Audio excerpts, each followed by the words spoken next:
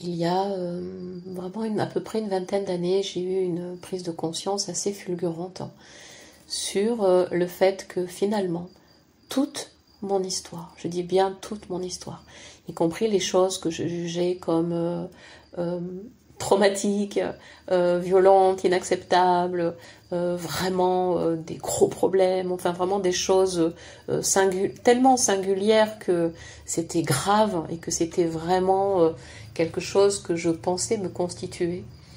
Un jour, voilà, c'était en lien avec un événement que j'étais en train de lâcher, je me suis rendu compte qu'en fait que toute mon histoire, aussi importante soit-elle, aussi incroyable soit-elle, dans le sens qui me semblait à ce moment-là terrible et terrifiant, ben, j'ai pris conscience qu'en fait, elle n'était que le prétexte à m'occuper d'elle, donc de cette histoire, de ces histoires, pour ne pas s'occuper de ma vie.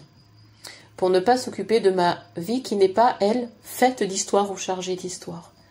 Et je me rappelle de tous ces moments de négociation avec moi-même où je me disais, oui, mais bon, quand même, t'as vécu ça, mais c'est un truc, c'est pas possible, c'est un truc super grave, quoi. Et de l'autre côté, la partie de moi qui avait mis ça en conscience, qui disait, bah oui, mais non, quoi. Bah, on s'en fout, en fait. Elle est pas là, ta vie.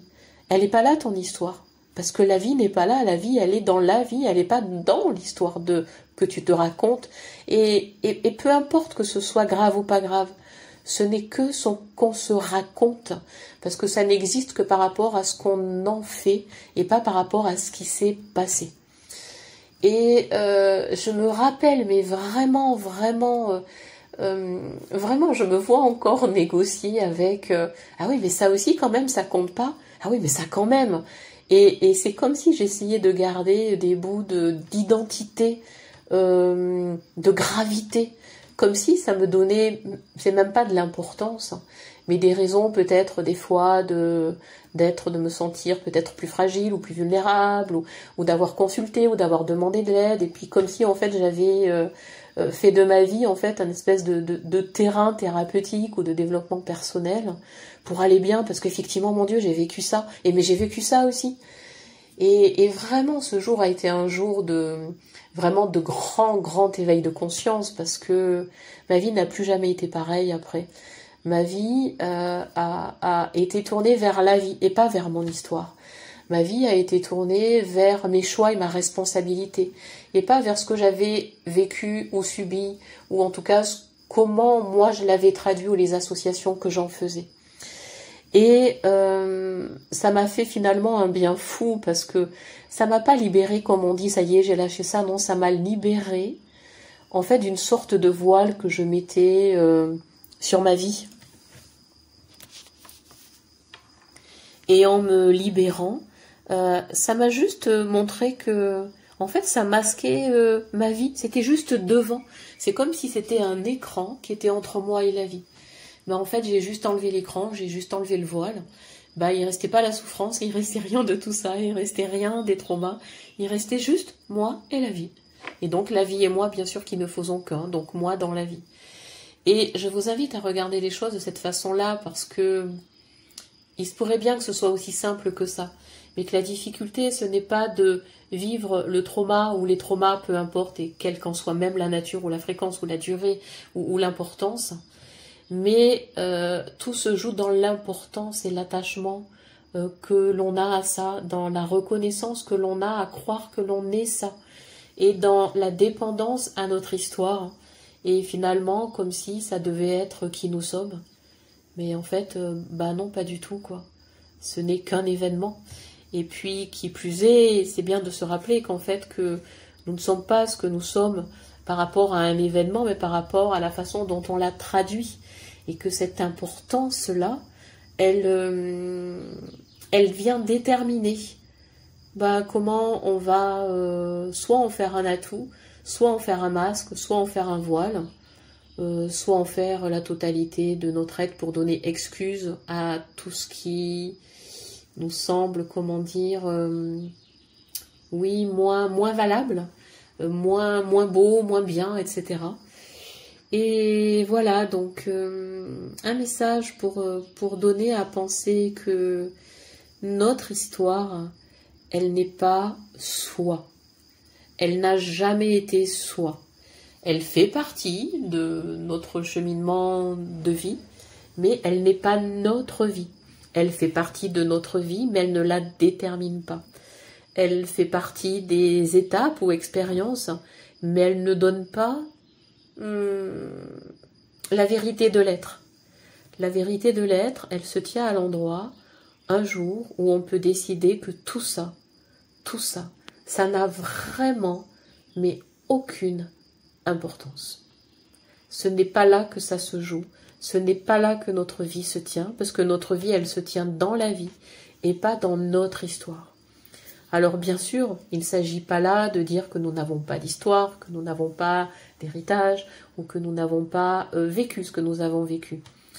Il s'agit juste de se mettre soi-même, soi, au centre, les deux pieds dans la vie, et non pas de mettre l'histoire au-dessus de soi, ou en dessous de soi selon comment on veut s'arranger, selon les moments, parce qu'on est assez doué pour ça.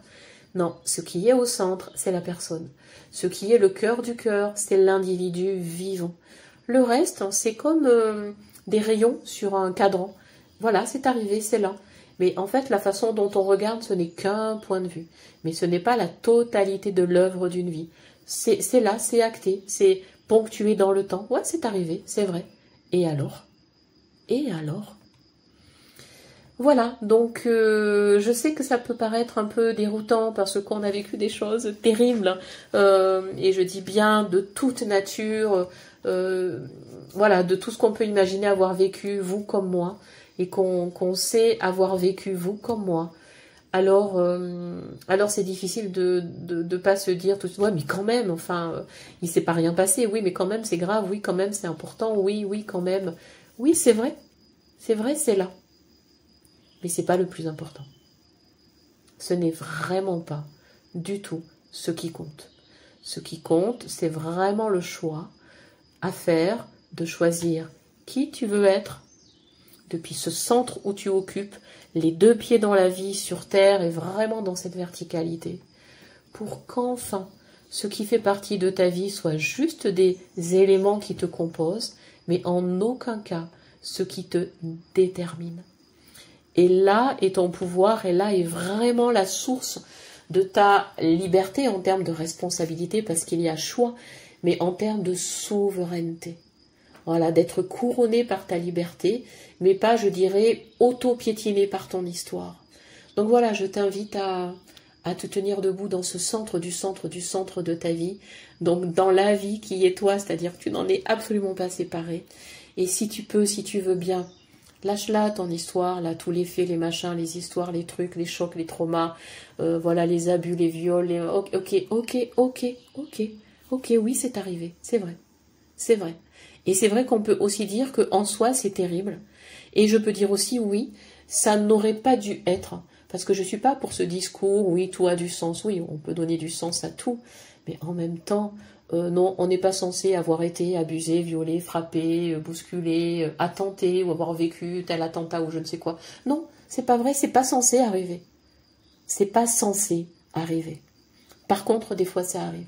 Et ça nous arrive. Et le processus, non pas de résilience, mais de continuité, en fait, de continuation, j'allais dire, c'est de pouvoir considérer que chaque vie, elle est faite des accidents qui la composent. C'est ni plus ni moins ça. Et à un moment donné, la vie, elle est faite surtout de ta vie et de ton désir et de tes aspirations. Et donc je t'invite vraiment peut-être à te mettre vraiment au centre, à regarder ça. Et si tu peux, si tu veux, mais s'il te plaît, voilà, juste regarde que peut-être c'est finalement non pas grave, mais ce n'est pas toi. Et tu mérites de te définir et de te vivre depuis l'endroit qui est toi, pas depuis l'endroit de ton histoire ou de tes traumas. Voilà, juste remets-toi à ta place. Remets-toi, toi, à ta, j'allais dire, putain de place, quoi. C'est ta place. remets-toi-y. Et ne laisse rien d'autre, ni événement, ni fait, ni situation, ni personne, occuper la place qui est la tienne. Rien. Aucun trauma, fût-il incroyable, ne peut occuper cette place-là, parce que c'est la tienne. Occupe-la, occupe-la. Les traumas, ils se placeront sur les rayons, et c'est très bien comme ça. Mais au centre, c'est toi, et ça n'a toujours été que toi. Et ça ne sera toujours que toi. Mais tu vois, quand on dit ça, quand on est là, on n'a pas d'autre possibilité que de devenir mais entièrement responsable de la vie que l'on doit vivre, que l'on veut vivre et que l'on aspire à vivre. Parce qu'on n'a plus aucune raison de ne pas la vivre. On n'a plus aucune excuse. On n'a plus rien.